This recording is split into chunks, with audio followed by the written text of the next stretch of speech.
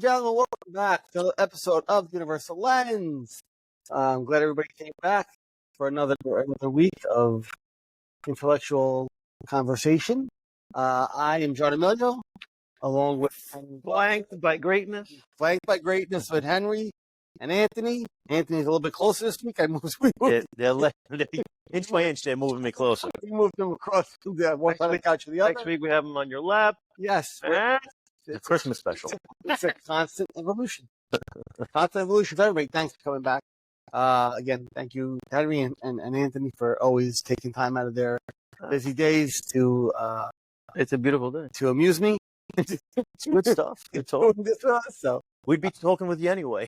Yeah. That's probably the point. We'd be all hanging out in the garage, smoking a cigar, and having the same conversation, probably. Exactly. That's probably the point. So why not put it to use? Yeah. So I hope everybody's week was good. Yeah. Enjoy a nice weekend, Memorial Day weekend. I got to say, I've had a week of ups and downs. I had my middle son graduated from high school. Yes, Alberto. Yeah. Very good. Yeah, my little guy. So he'll be off to college soon. And I guess sometimes with some good comes some bad, and this is part of the topic I wanted to hit on today. And as the magic of our show is, as we found out as we were riding a bicycle, our best topics are when we don't discuss it previously. Our best shows are usually ones that we don't discuss previously, because when we get going on the pre-show, yeah, we've had 1 hour pre-shows, me and Henry. 1 hour. Ridiculous. I'm pretty sure we've gone past an hour, man. That's crazy. But, how do I say this? I think I say this often, that with great power comes great responsibility. Yeah. And it's not that we have great power, but I think that there is a responsibility. For example, a lot of people watch this show and some will just cruise by. Some will watch often. And I happen to, let's say, want to, send this to a special somebody, special kid. I want this show to get to him because it's a tender topic. At the same time my son is graduating high school, we find out that a very, very, very good friend of his for a very long time, childhood friend, he's still a kid, attempted suicide. Wow. Okay. Attempted suicide. So imagine being 17 years old. Now I'm putting my son up here, not the friend. The friend that will remain nameless. Of course. Yeah. No. Absolutely. That is a private matter, but absolutely. I do want to bring what happened in, because I wasn't there when my son found out. I saw him later on in the day, but my wife was texting me. He's pretty distraught. And then I saw him, and my son is a very even-keeled. I have 3 children. He's the most even-keeled guy. Yeah, he's very, he's the Eli Manning. Yeah, of him. One of those guys who isn't here and there. No, he just get overly excited or overly depressed. Pulses in the middle. I like that. Yeah. I can sense how something like this can impact him. Sure, it's weighing on. So I came home and I said, "Hey, babe, I heard about what happened with your friend." And he says, "Yeah." I says, "So what happened?" And he started telling me a little bit, and I could see he's getting a little bit worked up. And I go, "Man, this is tough. This is tough to process, because, looking at my son, he's got everything going for him. And then I do a quick balance sheet, and I go, oh my God, could it be, everything starts running through your mind, right? I heard some other commentaries of the people like, he's so young." Can I ask you a question? Your son, what type of emotion was he getting worked up about? What was his emotion? I'm curious. He was telling me basically how he found out.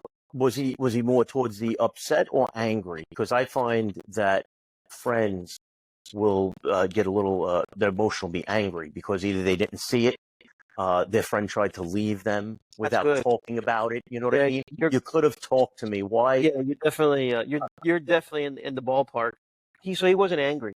He wasn't angry at all. I think partially could be upbringing, where he's very sympathetic to the situation. And I think he's got a little bit of me in him, where he just wants to soothe you, just wants to just relax you. So he was not angry. He was worried. He was very upset. about what he just found out. I mean, we play, you know, they're 17 years old. You know, our 17 wasn't exactly what they do now at 17. They play every day on Xbox or whatever. And every day they have a conversation. It's a group of friends. And one of them in the group, all of a sudden, just falls off. But it's normal for kids to fall off because I'm busy. You know, finals were just this week. A whole bunch of stuff going on. Turns out the kid came out and divulged to my son and the other friend what was happening. And as my son's telling the story, he's getting, a little bit worked up. Like, like, this is my friend. Like, like this, I could have lost him. Like, there's also, I think, some frustration in not understanding how somebody can bring themselves to that point. Because if you've never been there, you ask yourself, how can someone do this to themselves? Yeah. How can that person be standing on the edge of a bridge, edge of a building, hurting themselves? What brings you there? Believing the stories. Yes. That your mind. It's a whole nother level, I think, than the norm. I think it's another basement level. I think. I don't know if it's even another level. I just think it's an accumulation of believing the same story over and over again, 100%. over again. It is. To where now you're believing it, you don't want to hear it anymore, and you just are in that. You buy into that mentality of what's the point? I can't do this anymore. I want out. I want peace. I want this. I want that. And it all comes. It won't get better, but it all comes with. It's a complete attachment to the mind. And if you believe everything the mind says, and if you don't have any kind of tools or people around you who could kind of show that to you, it's not as hard as you think, especially for a young child, especially nowadays, it's becoming more prominent, unfortunately, where young kids are attempting this and even more, unfortunately, are succeeding at it, for them to buy into this propaganda in their head saying, you're not worthy, you're not good enough, you're not as handsome as him, you're not as popular as him, you're not as smart as him. And I say him, it could be her. Sure. You're not as smart as him, you're dumber, you're not as good as this, you're not good. You don't have parents that love you like him, you don't have siblings that love you like that, you don't have friends like that. It's very easy for your mind to play this game of comparing with back and forth with what's around you. And if you get caught in a hamster wheel of this negativity and you keep feeding it, and these kids, it happens it's with no awareness. It's not just kids. No, but What I'm saying is that feeling that you're talking about is universal. Sure. But this, completely universal. yeah, absolutely. But this is because I say kid. Yeah, of course. Because situation. Well, the funny thing is, example. I've talked to these people, and I can tell you exactly what they're feeling. And most of the answers you'll get and why they're up there is sheer desperation of feeling the situation will never change. It'll never get better. The world will be, and everyone will be better off without me in it. That's their feeling. When I talk to them, the universal feeling is the problem will never get better. Whatever I'm feeling right now will never change. And we all know it will change. But they talk themselves into the fact that it will never change. It'll never get better. Yeah, but and that's their end result is, why hang around for this? They feel like there's no way out. They feel like there's... Yeah, you're right. They feel like there's no... And they feel like that for the simple reason is that you can't... And this is where you're getting into a battle with your mind of trying to talk positive to your mind when it wants to talk negative. You actually entrench yourself into a deeper hole when you try to do that sometimes.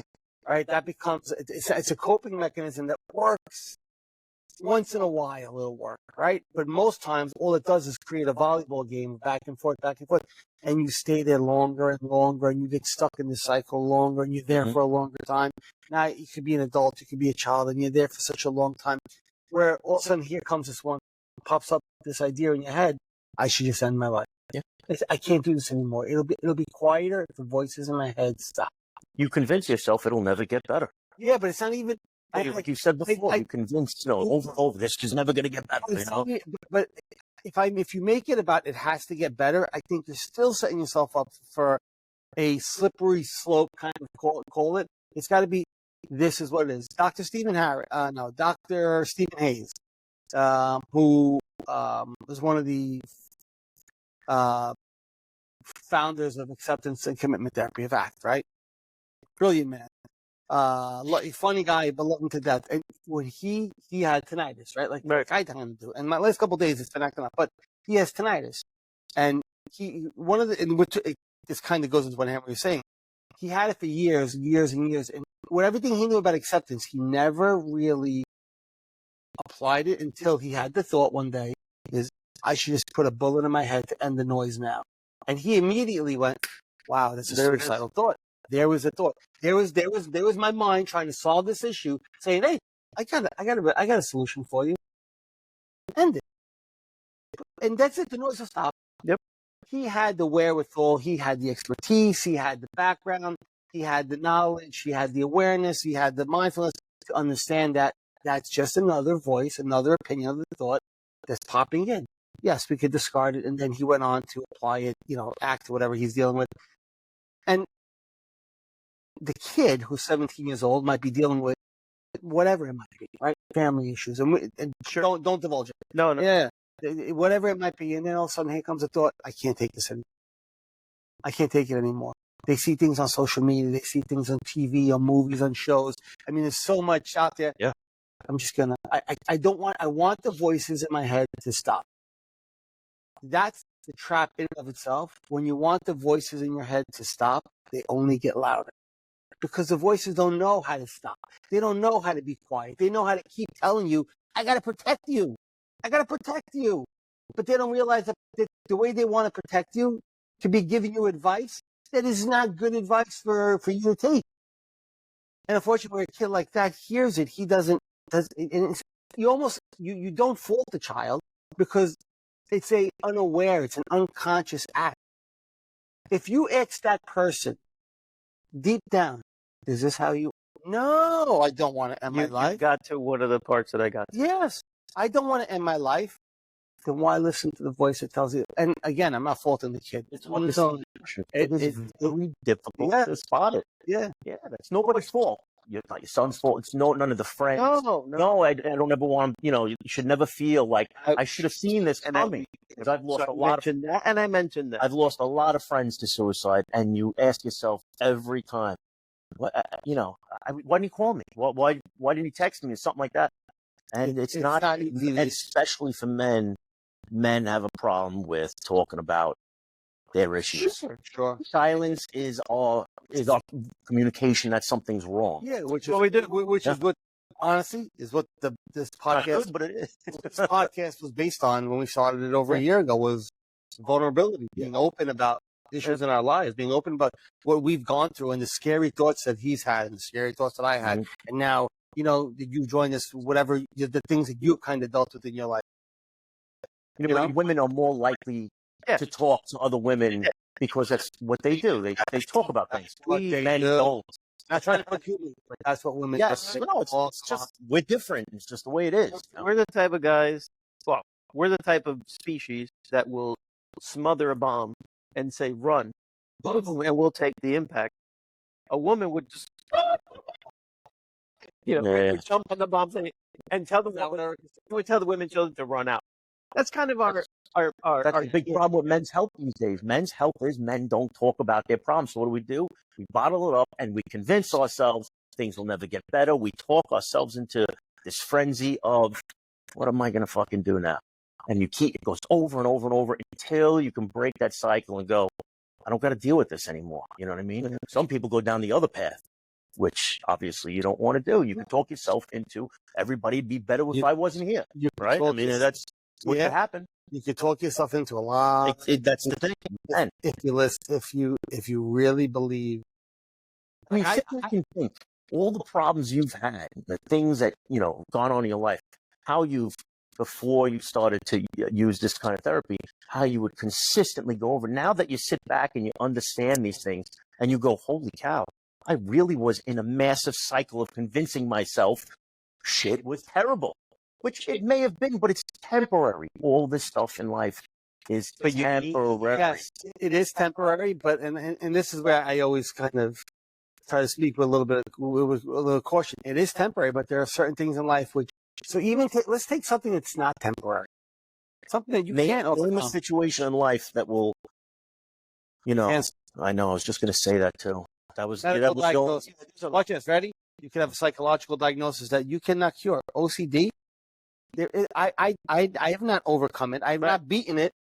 I've sidestepped it. You learned how to live. I've risen above it. I've learned how to see it, notice it, play with it, mold it, touch it, but I can't push it away. My mind does what an obsessive compulsive mind wants to do. Not every day anymore, but a lot of days it still does. Okay, it's there. So it's not besides a death sentence of a medical diagnosis. What else? Okay, watch this. You'll change in your life that can't get you'll lose slowly over time. Get better. It could be a financial thing. Necessarily things aren't going to. This is things in life ebb and flow. That's all right. So exactly. if I paint the picture that it's going to see as a kid, you know what I was told? Don't worry, it's going to be better. And then a week later, when it didn't get better because those thoughts wouldn't stop, or my mind still kept doing the same thing, and it's going to get better. Where the fuck is this better? Where's better coming? Now you get frustration because things haven't gotten better, right? Now you're like, things haven't gotten better. Things aren't changing. Why do you think everybody's telling me it's going to get better? It'll be okay. Don't worry. It did get better. No, but I'm saying, unfortunately, but it did. 13, it took me to 44. Look at you now.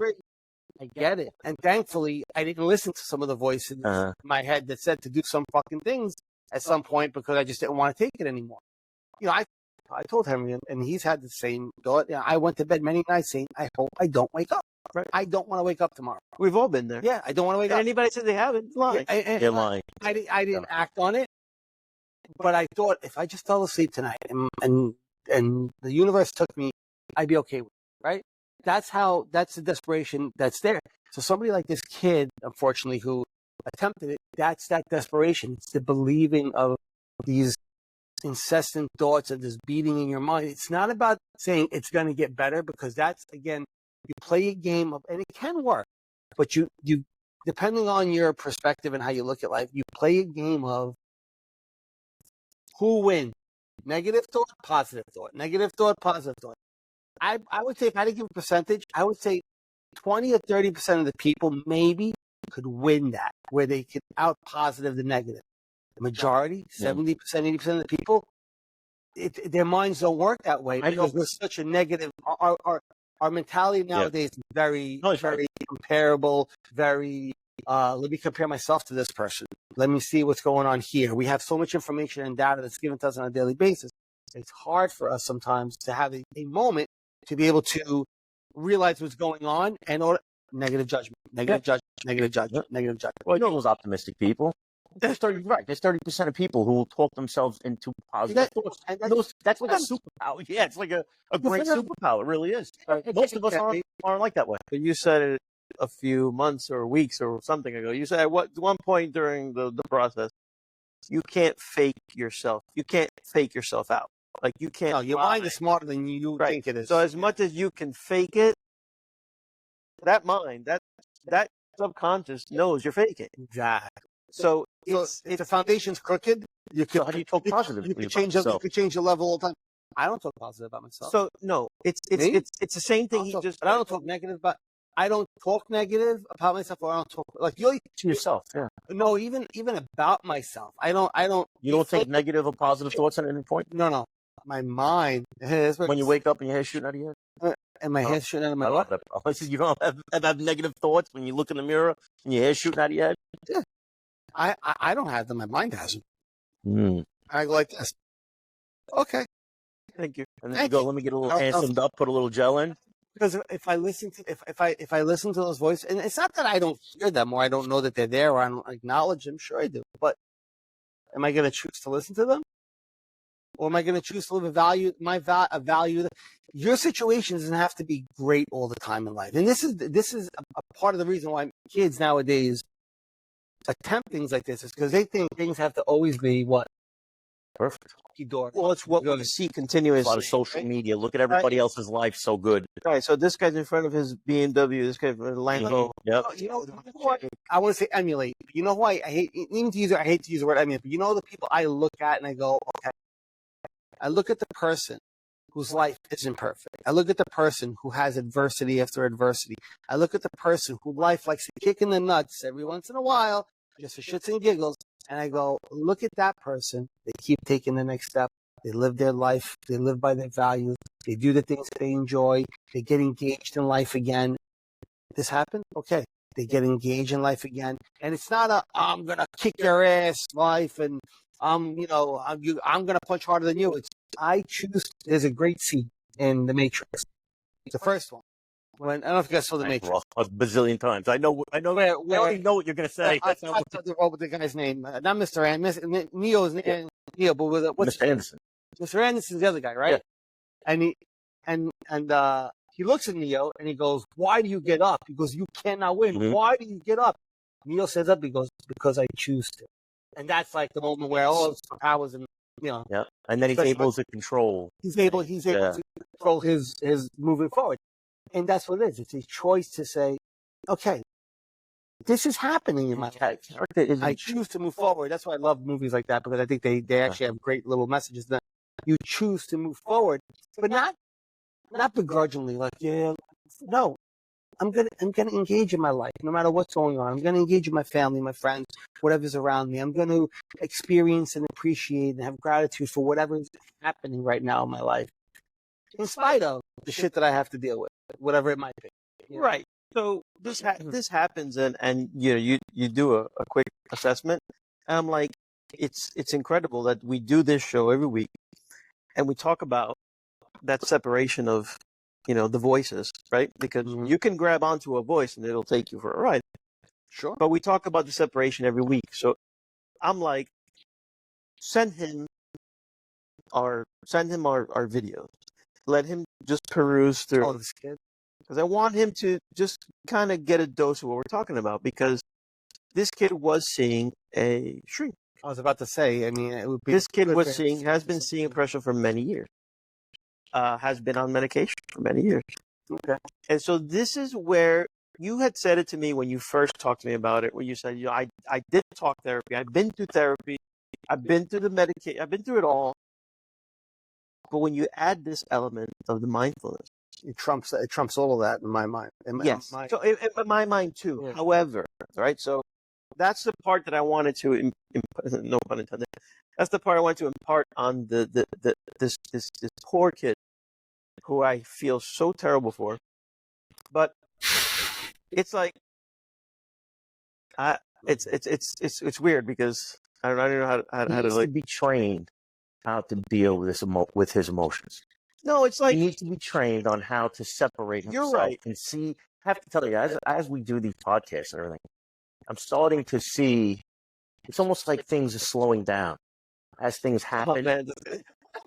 Yeah, you heard this before? Wait, I'm not telling you. What do you mean?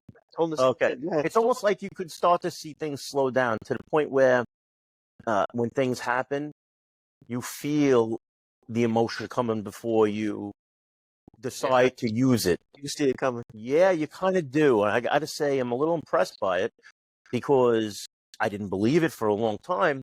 And, John and I would just continue to talk, and it's going in one ear. I don't know if it's passing through anything, but it is. It's starting to slow down to the point where I'm not overly reacting in one way or the other about certain things that I would normally fly off the handle about. So what I was getting is, I think certain traumas are heavy. So your OCD is heavy. But now you say, well, heavy to me, because I live with it. But is it as heavy as a rape? Is it as heavy as, losing a child? Right? It's different to every person. In the moment, everybody's going to say this feels worse. Right. So I'm not trying to compare. Yeah. What I'm trying to do is throw in some heaviness of what would make somebody take the ultimate step. They can't turn the volume down. So what I'm getting at is, imagine this is a kid who has love around him, because I know his situation, has love around him, and I don't know if he has anything to love, if that makes sense. So when you love something, you kind of attach yourself to it and you live for it, right? So if you live for your kids, your wife. Can I just interrupt one sec? I know what you're saying, but I've also talked to people on a bridge who had 4 kids. Yeah. And you would think that would stop them ultimately from doing what they're about to do, and for some reason, it's not enough. The torment is so big. Yes. It's bigger than anything that. Sure. Most people can't comprehend that level of. The torment is humongous. And again, 3 of us are sitting here. We're not going to kid each other. We've all thought about at some point. So when when you first walk into the shrink, that day one, the first conversation you have is, have you ever thought about killing yourself? I broke down inside when I was asked that. I literally bawled. I bawled when I was asked that. And you have 2 ways to answer, right? You could bullshit, or you could say, I'm here for a reason. I want to get better, so I want to be honest. Yeah. Huge step. That is a major step. They always say it's a major step in anybody's life to turn around and say, I'm not doing things right. Can somebody give me a hand on moving forward? Because what I'm doing isn't working. Maybe Henry's got an idea, John's got an idea. But, that's a major step, especially for in mental health for men. To say, what I'm doing is not working and I need to make an adjustment, maybe get help one way or another. Yeah, so there were signs that this kid was in severe depression. There were signs.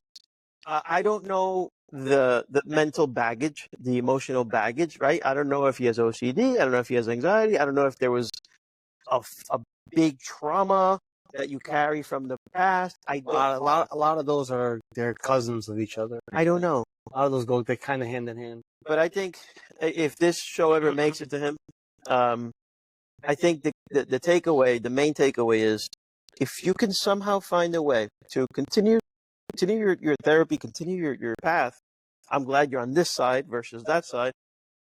But explore what we talk about every week. Explore the ability to, wait a minute, there's different voices, which are AKA thoughts. Your thoughts come in and out all day long. Thoughts come in. It's your job not to make sure you grab onto one and hang on, because you have a desire to live. You have to live, let's say, by your own life plan, or what you consider to be good, or what you consider to be fair, whatever you want, as opposed to what the thought wants you to do, or the vibe of the thought, and then if that self-limiting thought is grabbed a hold of you. Hey, you grab that one thought and you put it on replay over and over and over, and sooner or later, it's worse. You identify with it, and now it became you, and now you're the depressed guy. Yeah, you're the guy who's a zombie. Yeah, it's just me. It's just who I am. Oh, excuse me. And I'm here to tell you that you don't have to be anything. You don't have to be anything. You can make yourself do whatever you want. And it's just tough, man. I've known this kid for a very long time, since he was a little teen kid. And just I hear about him, like, I can't believe what's going on here. I can't believe what's going on.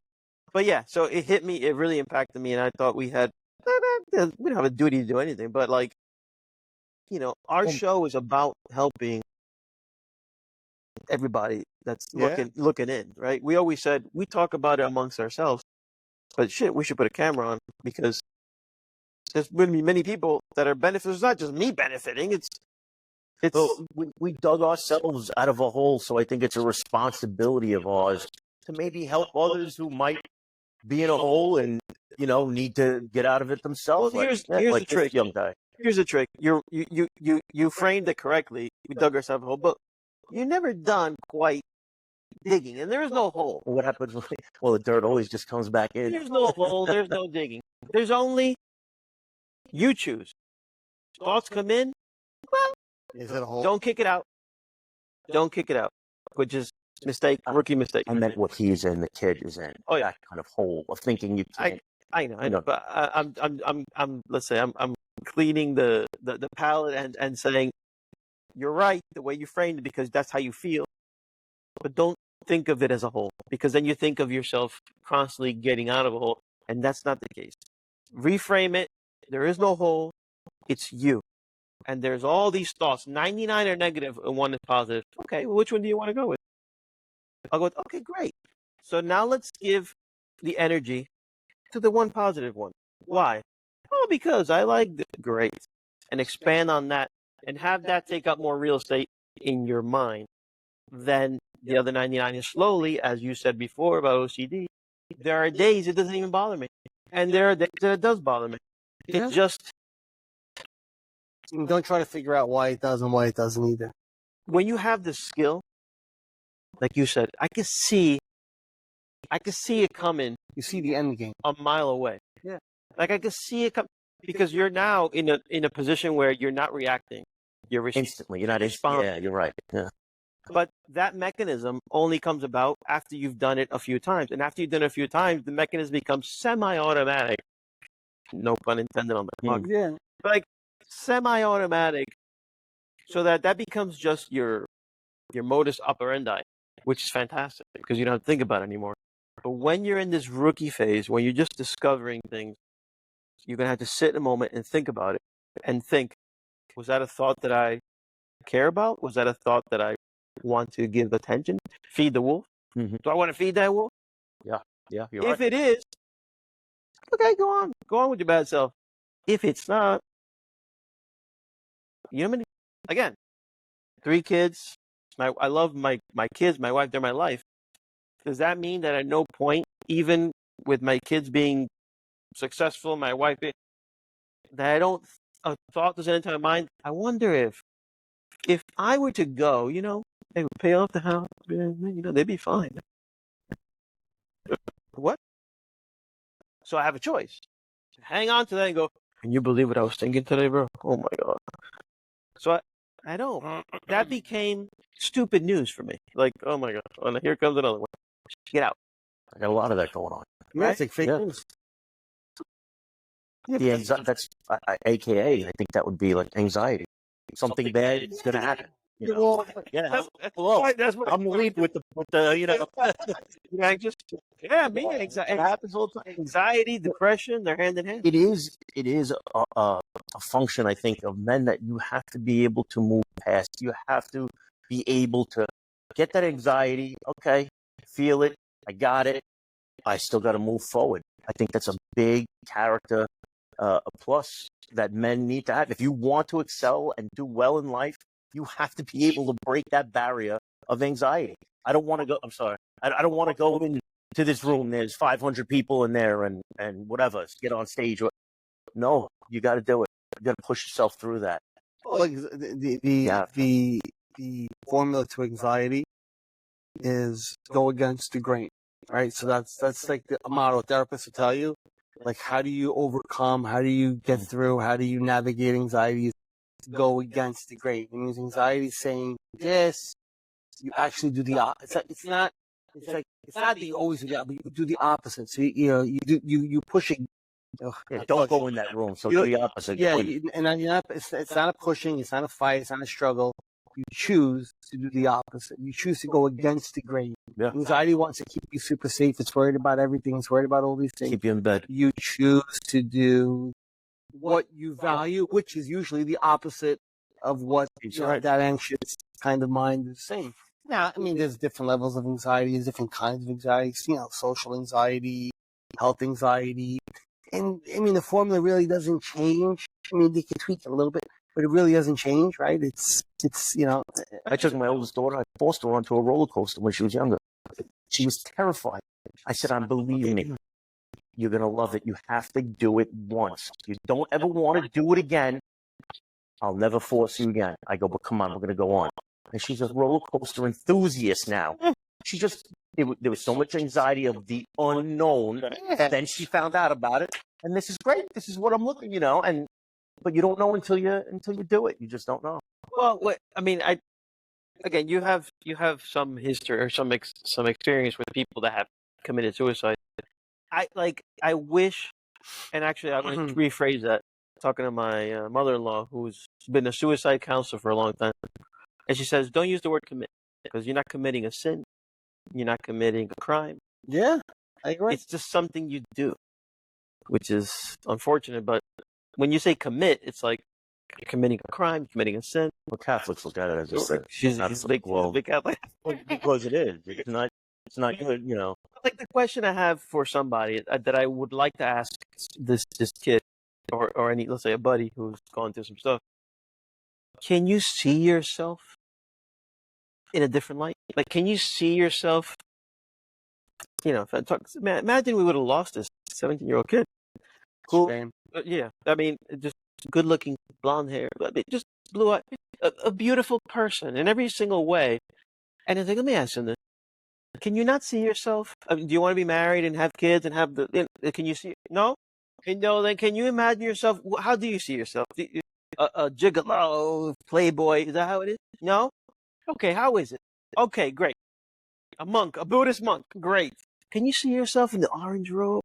Can you see yourself now, happy in the mountain? Whatever that goal is, I want to be able to just ask that person, can you see yourself? Great. And that's all I would want, is if he could see themselves. So but even that could be. You gotta remember, they're in the middle of their mental illness, which it technically is. They just can't see their way out of it. And it does take somebody to really, honestly, to go, I'm going to help you through it. That's really what it comes down to. There's not a human being on this planet who isn't mentally ill. That's right. Even that word. And that's get case. That's in case theory. Well, let's be honest. Mental illness is the umbrella of everything. Yeah, mental illness is great. It's a good term to have because it brings awareness to people who need it. But it's a label, and I'm not big on labels at all. But everybody is. I was just using that as a general term to identify what was happening. It's a great way. It's a good way for me to segue into it. Okay. It's not. Yeah, because Somebody's using the wrong words. No, it's not about using the wrong words. It's about because somebody on the other end who's listening. I try to make them understand that everybody in life has a mind that's telling them one thing or another. Yeah. Are you believing it? Are you not believing it? And the choice is yours. Yep. Do you want to buy into it? Do you not want to buy into it? Do you want to say what was me? Do you not want to say what was me? This isn't about fighting. This isn't about pushing through. And I take a very Zen approach to these things because it takes very little effort. It means I don't exhaust myself. Yeah. So when somebody's got to say, even you were saying before, can you see yourself? Come on, right? Let's go. It's almost like, okay, now I gotta see myself. Like, okay, I guess I can see myself being married with kids. All right. Wow. Like now you're trying. I'm out a second. I'm forcing myself. Let's take it down. If you could snap your fingers right now, and the voices would quiet down, would you do it? Yes. Okay. It's that easy. Not to quiet them down, but to stop paying attention once you realize you're not those voices in your head. And for me, I don't care what kind of therapy you do. I don't care who you talk to. They're all great. ACT is phenomenal. Talk therapy has its place, right? Instead of use ACT, believe it or not. Yeah, acceptance commitment therapy is a catch-all. It's like a huge net that you just everything. It can be used everywhere.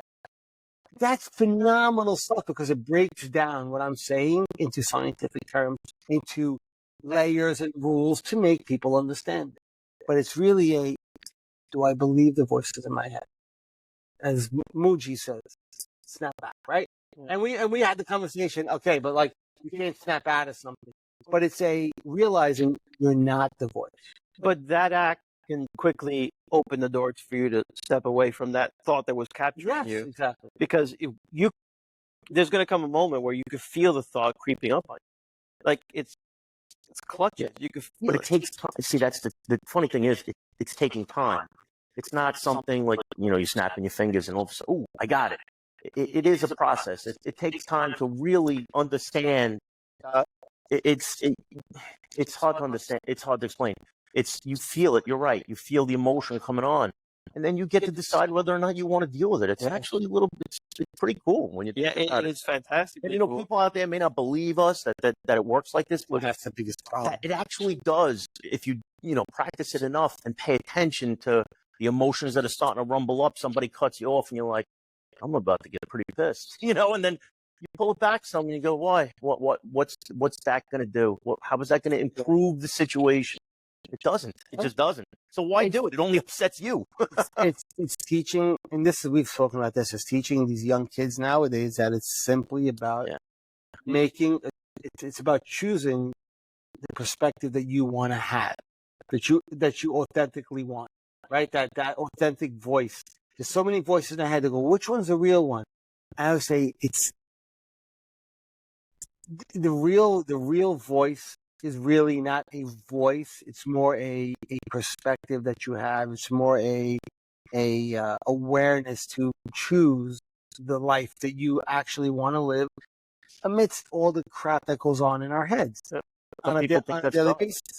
I wonder. I got to tell you, it's a funny thing. That's fine. You ever think? I wonder if this is God actually saying it to me, or is it me saying it to me? And then I'll say something stupid to myself, and I'll go, "Yeah, that's my dumb ass." Okay, That was me.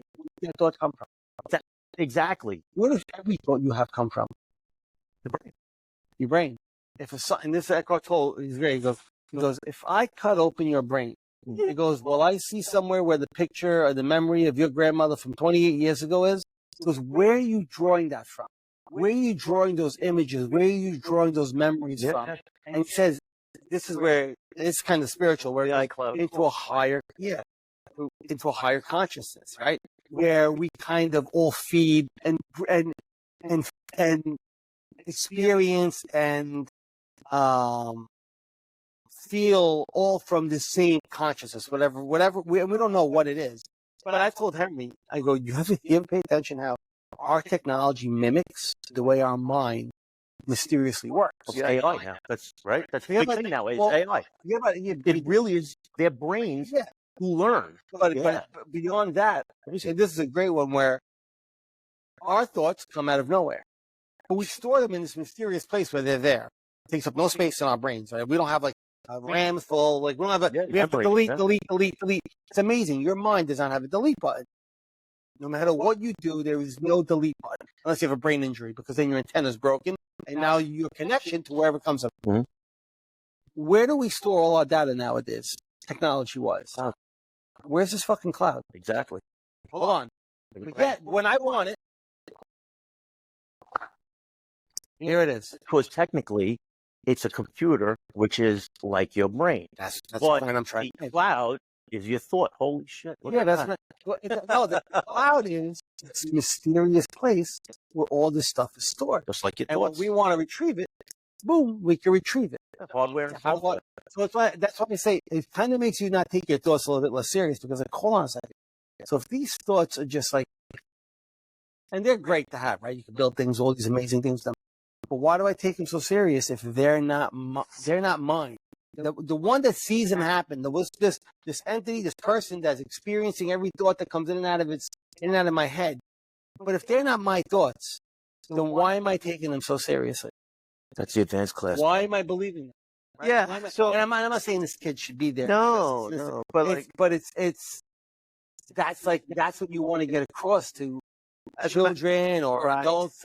You took the words. Why are you taking something that's not you serious? This is a skill that should be in the hands of the youth, developing as they grow older. Agreed. Because it's just basically it's an understanding of how your mind works. That's all it is. To be honest, a lot of kids have emotional problems right now. Right. So imagine a therapy that helps you deal with those emotions on a very simplified level.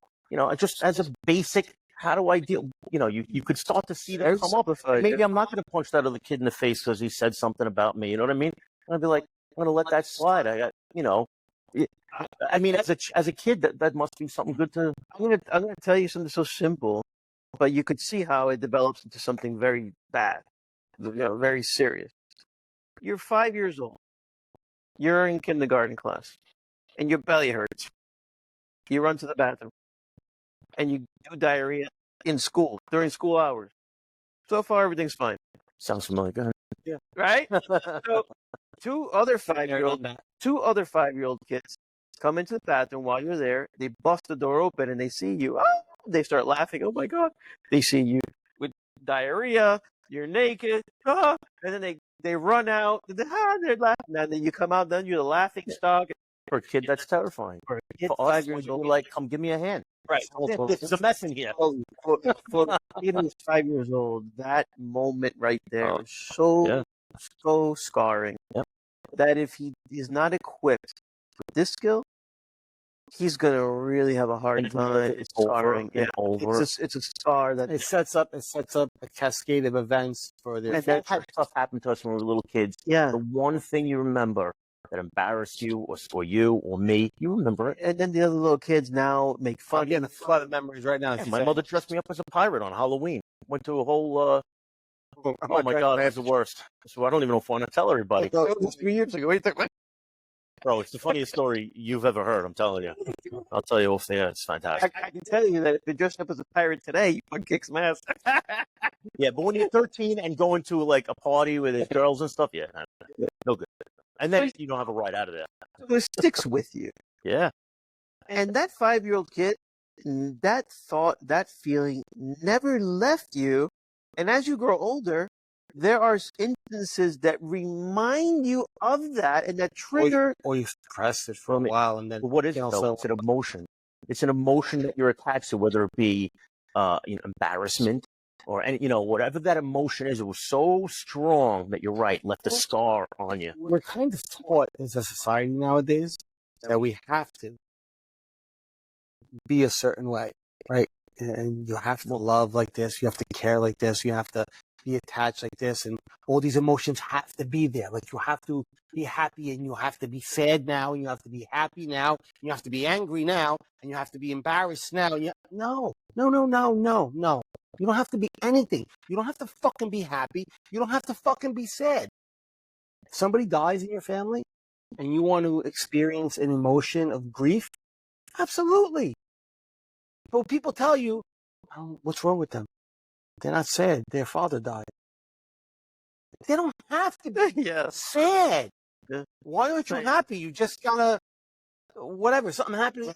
Why you should be happy? What's wrong with you? Why can you look at the brighter side of things, right? Somebody died in your family and you're like, oh, he's not sad. Well, maybe I'm happy he lived to be 90. I got 90 years with him, which is unusual. You know what I mean? Yeah. That's something to be, not happy, but with. I'm trying to get to the Positive side. You don't even have to have that label there because what I'm trying to say is it's like we're forced to think we have to act and feel, actually feel is the right word, a certain way at this time. Somebody puts the hairy foot on your footrest. You must be fucking angry now. That's not right. Societal. How do you remember your conversation is how are you not angry? Yeah, well, you only figure that probably all of society that would tick off immediately. But then again, you're right. How you deal with it is a whole nother situation. But we're told that's how you should feel. And Henry knows there's three words I don't to use. Must, have. So you're saying that if we were trained when we were younger, that if somebody put their hairy toes on your armrest, that your emotion should be happy, then No, I'm saying is that something that you can learn? No, it's that whatever the emotion is, I have no attachment to it. Oh, okay. So And you're going to come and say, that means you don't have emotions? You don't feel emotions, John? No, I do feel. It took like 30 minutes for me to figure out how John was feeling today. And we didn't say a word to each other. And then when we started joking about stuff, I'm like, he's in a good mood, because he just doesn't, you're right. He doesn't go either way. He's so neutral that I couldn't fit, hey, what's up, Henry? How you doing? See how you smiling? No, the first 30 minutes, there's none of that. 9 o'clock in the morning at the gym. So, He may not be thrilled. I get it. He may not be thrilled. societal structure. Yes, societal structures tell us Right. That's the have to. We must. And that's very powerful. Good. Very powerful. And when you do that, you do it to somebody like me who's been through whatever I've been through in my life. I've experienced a lot of things. I've learned and evolved and all these beautiful, wonderful things. Okay, fine. It rolls off my shoulder, right? Okay, yeah. You tell me I have to feel like this. I could be like, okay, and you could leave upset. And I'm like, why is they upset? I'm sorry, I didn't say anything. But you tell it to a kid who doesn't have these tools or, believes that they were told their name is Ken. They were told that this is what they are. They were told that this is how they have to be. They were told that this is how they should feel. They should be. They should act. They should be married. You see this? All these, and you're told that all these points and check marks have to be met. A lot of pressure. So now I'm a failure. Now I'm a failure. I don't have a girlfriend. I'm not happy. I'm not successful. I'm not a great athlete. I haven't accomplished. I haven't done. I haven't. Whoa! Take a breath and experience life. And if your experience means you suck at baseball, oh well. Okay. It's harder if you want. If you want to. Absolutely. You could hone a skill. Absolutely. It's amazing. But you don't have to do it. Right. You don't.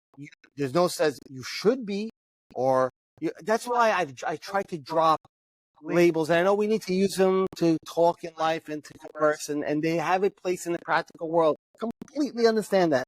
For people telling me I'm batshit fucking crazy.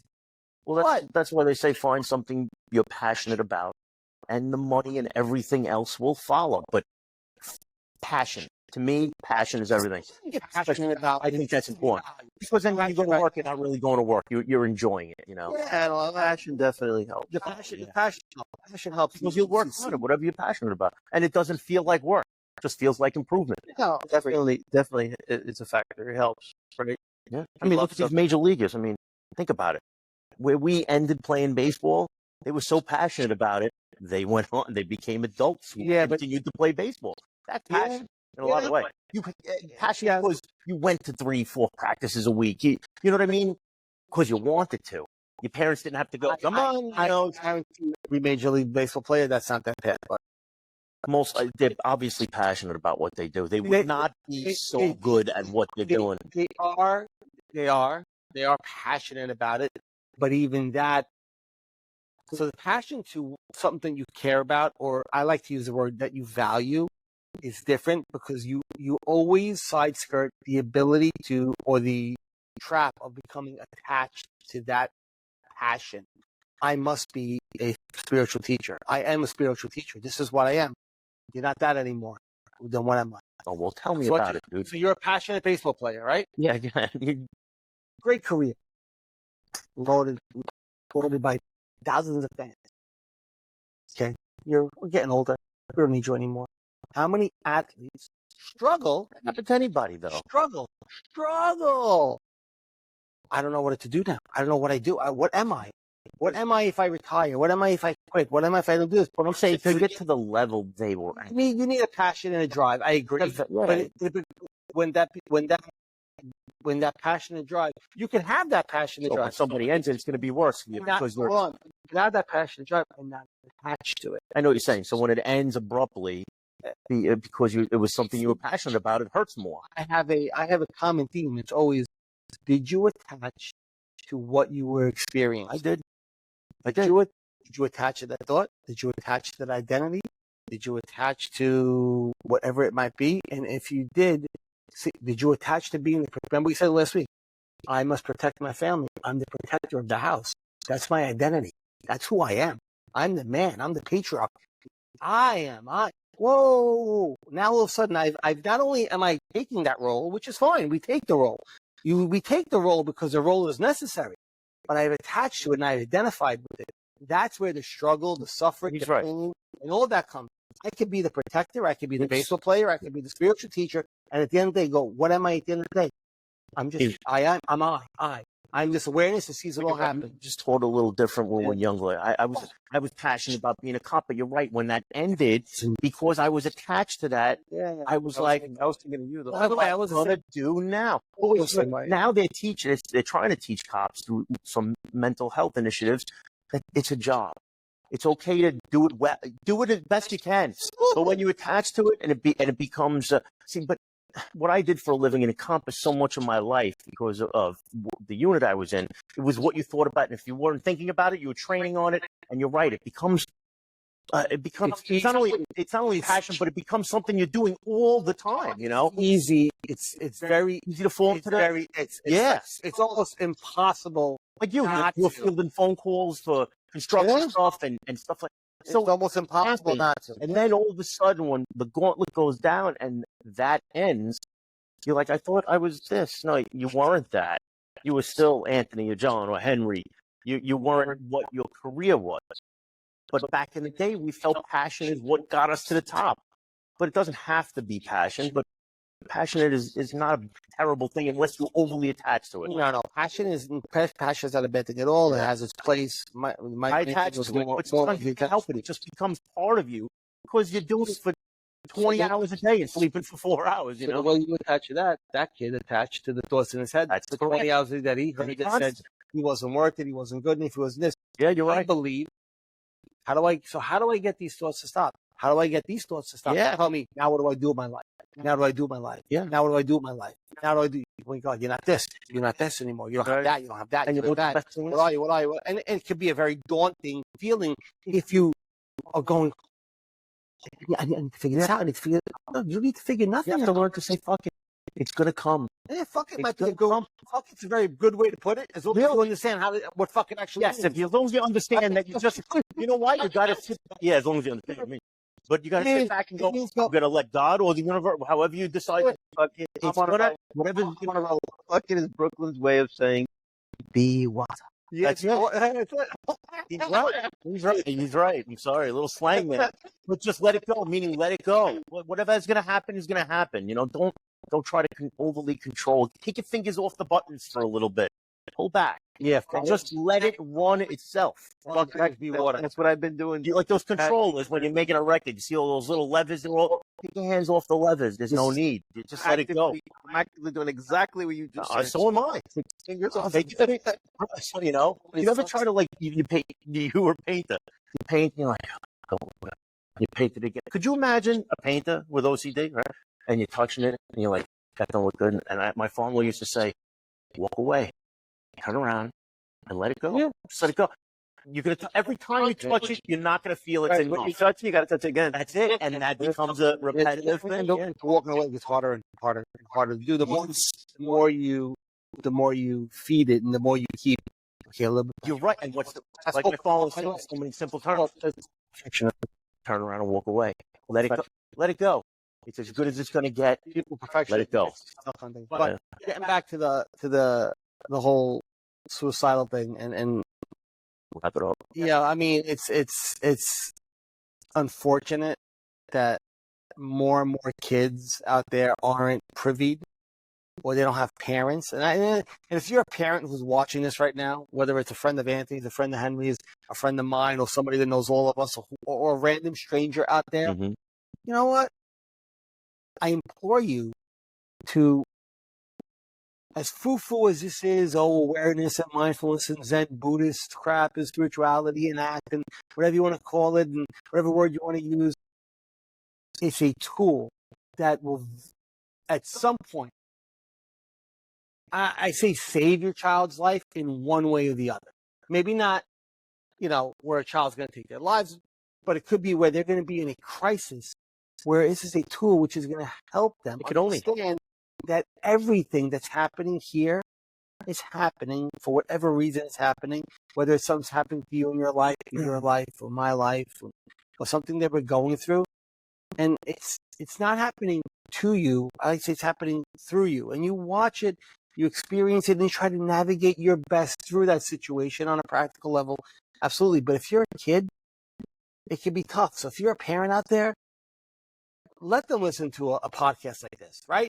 Hey, Joe Rogan, not knocking you, bro. I think you're hysterical, right? But that's not going to help a kid when he's in a moment of crisis. There's a time and a place. There's a time and a place.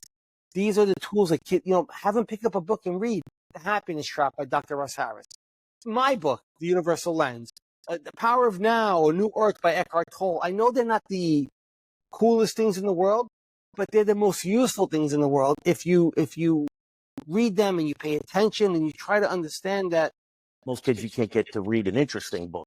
Yeah. That's right. But that's might be funny. Somebody else. Thought of freaking out about a test coming up, about a math test, and you turn around and I said to her, you know what solved it for? I go, you'll see how little this will matter when you grow up. So don't stress it. It doesn't matter as much as you're thinking if you fail this test, it'll be the end. It doesn't. Look at I'm telling you because I'm here. That math does not matter that much. Don't worry about it unless you're launching missiles or, you're working in NASA. I can't see it anywhere else. But, that just took the pressure off her to realize, man, this is not that big of a deal. Well, I mean, there's a time and a place for something that needs to be done properly or needs to be studied or needs to be exercised. Yeah, not seventh grade math. No. So that's what I'm trying. Yeah, that's what I'm saying. You could push your child to want to learn something, or guide them, I should say, to want to learn, or get better at a subject, or to learn these skills. Absolutely, without breaking them. Right. Yeah, and unfortunately, we don't know the situation, but with this boy, but a lot of kids that I've heard, a lot of things that I've experienced in my life and I've seen firsthand, and seeing the amount of pressure that these children have on them to be a certain way, and then. By the way, if they go the other way and they're like, you know what, I'm just going to chill and I'm going to enjoy life, well, then you're a lazy bum. And now you got to be more. And it's like, so where do these kids win? Unless these kids are, parents get mad at me, but unless these kids are exactly the robot they want their child to be, there's no happy medium for them. So either the kid's successful and is burning out, or the kid is saying, I'm taking a break, but now you're being lazy. Come on, get to it. What are you fucking doing, man? You're wasting your life away. It's like, no, I think, without going to extremes, I think you take any situation, small problem, big problem, any problem, add this skill to your talent stack. As Scott Adams. Another tool in your toolbox. How can it hurt? How can it hurt to have an extra tool in your toolbox? We thought it was that important that we take time out of our day as grown, busy men with families to do this, not because the checks pour in and not because just drains, right? Right. Doesn't mean right. Not because of anything like that, but because we get the opportunity to talk to people that have been in the same shoes we have, and they don't even know that there is a way out. And the reality is, you don't have to. There's no way out because you're not running away. There's nowhere to go. And by the way, there's nowhere to go. You're not running away, and neither are those problems, or will you perceive as problems. So, as soon as you find that the relationship is what you need to understand, the relationship between your thoughts and who you are and your mind and what you're going to follow, once you got that squared away, everything kind of starts to make sense. Doesn't mean that every once in a while a thought doesn't take you down a rabbit hole. It might. But you have this skill. They go, oh, you took me down a rabbit hole, you brick. And you reel back. It didn't take you down the rabbit hole. You end up in China. You're like, whoa, I'm in China. I was in Monroe just a minute ago. That won't happen because... Spy balloon? Spy balloon. These things won't happen to you because you have this skill. You have this ability. And this is a practice. And the way you practice it is through your meditation. Meditation is a great tool for practice. Because when you sit down and meditate, everybody I talk to about meditation goes, really, you can meditate? Because I close my eyes and I can meditate. Me too. I was there. I was there. And meditation isn't about closing your eyes. And by the way, Buddha will tell you if you ever read up on it, it's not about closing your eyes and having a clear mind. Whoever tells you that's what meditation is, it's crap. Meditation is about closing your eyes or opening your eyes or walking while you're doing it and becoming aware and paying attention to what is happening inside and outside with no judgment of it. That's all meditation is. It's a watching. It's an awareness. It's an observing. It's not sometimes I close my eyes and it's a fucking three-ring circle. And the whole time I'm watching, I'm watching. Most of the time, yeah. Like most of the time. And then there's the occasional day where you close your eyes and you just hear the crickets. It's like nothing. It's great. Okay. But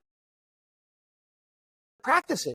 But there's no failure. Right. There's no succeed. Right. No succeed or fail in meditation. There's only meditation. That's it. All it is a practice of watching and observing. And the more you watch and observe, and you don't have to fit. So you could be somebody like I'm not that's not me. You do that right off the bat. Most of my meditation, I'm walking. I'm working out. I will meditate while I'm doing things. I just bring my That's a lot awareness of what the gym is. to what's happening around me. That's a lot of what the gym is. Why I love the gym. Me too. Put on your headphones, and your thoughts, You do dealing physical. with them, not dealing with them. You're able to just As long as you're by yourself. as long as you're watching and observing without judgment, you are meditating. If you get engaged during the meditation, so if you're a young person, you want to practice, if you try to close your eyes and you walk and you're just watching what's happening in your head as this make believe you're a phantom. There's this phantom identity in your mind, right? You don't know what it is, but it's this thing that could see and watch everything, right? It's like a helicopter view, right? A bird that's flying, it can see and watch everything, like a hawk flying above. And the hawk is who you actually are, and everything underneath you is what your life is, your mind, your thoughts. Every little animal is another thought, and the hawk sees every thought. It sees everything down below, and it can choose to go after that thought or go after that thought. So when you're meditating, you're like that hawk flying in the air. You're just watching everything that's happening, but you're not engaging. Right. Because once if you do engage, fine, it happens. I get caught up. I'm like, oh, okay. I'm thinking, I'm watching. I really should paint my house. That's right. Back to my, and feeling my steps. Oh, wow, look at the dog. Did you feel them, guys? And back to feeling that's all it is. It's a shifting. And it's not wrong. No, It just is. it's just a shifting What back. that really is training. That's right. Training. Well, that- Training your brain. I practice. What it is. That's all it is. Anyway, but I'm sorry to hear about that. Hopefully, No, it's to help you. If there's anything like Yeah, we're here. you can do, Yep. I can do. I'll say Any this. resources that they ever need offline. Let me know. That's it. Anybody watching, you want to know more, hit any of us up privately, hit any of us up publicly, however you want to do it. Yeah, if you guys want, if you somebody in your life is, obviously, like if you're on my podcast, it says that we're not therapists. If somebody is dealing with something that's immediate, always get them proper help immediately, right? That's the foremost. If you know somebody's at that point where they might be doing something drastic like that, watching a podcast might not be what they need at that second. They might need an intervention to stop them from doing something. Right. So if that's the case, get them Yeah, immediate attention. Yeah. But beyond that, if you yourself or you people in your life you think could benefit from this, just send them our way. If you have any questions, like Henry said, Yep. ask them, and we're not here to answer your questions, but we could point you in the direction sometimes. With three guys who figured out a bunch of pretty good techniques, That's right. and we practiced them. Well, I'm starting to, but these guys have practiced them, and why not pass that along to somebody who might be able to use it? That's the whole point of it. We're not professionals or anything like that. We're like, hey, we've dealt with some pretty heavy shit in our lives that that dragged us down pretty far, and we learned how to deal with it. So I think that's a pretty good thing. That's what makes us men of character, and that's how we're able to move forward. I Want to think go that far? that's I'm helping. I've been called the character for sure. Two jerks. Called the character. Now you've been called a jerk. All right. Well, great. Ended on that. Good one, man. Yeah. All right, guys. So everybody, thank you as always. Hope you guys enjoyed it. Henry, thank you for bringing that to our attention. It's a heavy topic, but a good topic. It is.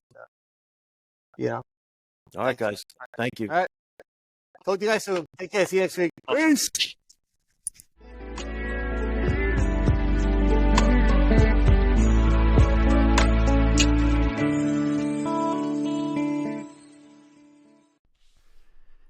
The insights and discussions that we speak about on our show are our own opinions and based on our life experiences. If you or someone in your family or someone you know is suffering and in need of help, please get them that help through medical attention or seeking proper therapy. Again, what we speak about are based on our experiences and not intended to be taken as a form of therapy. Thank you.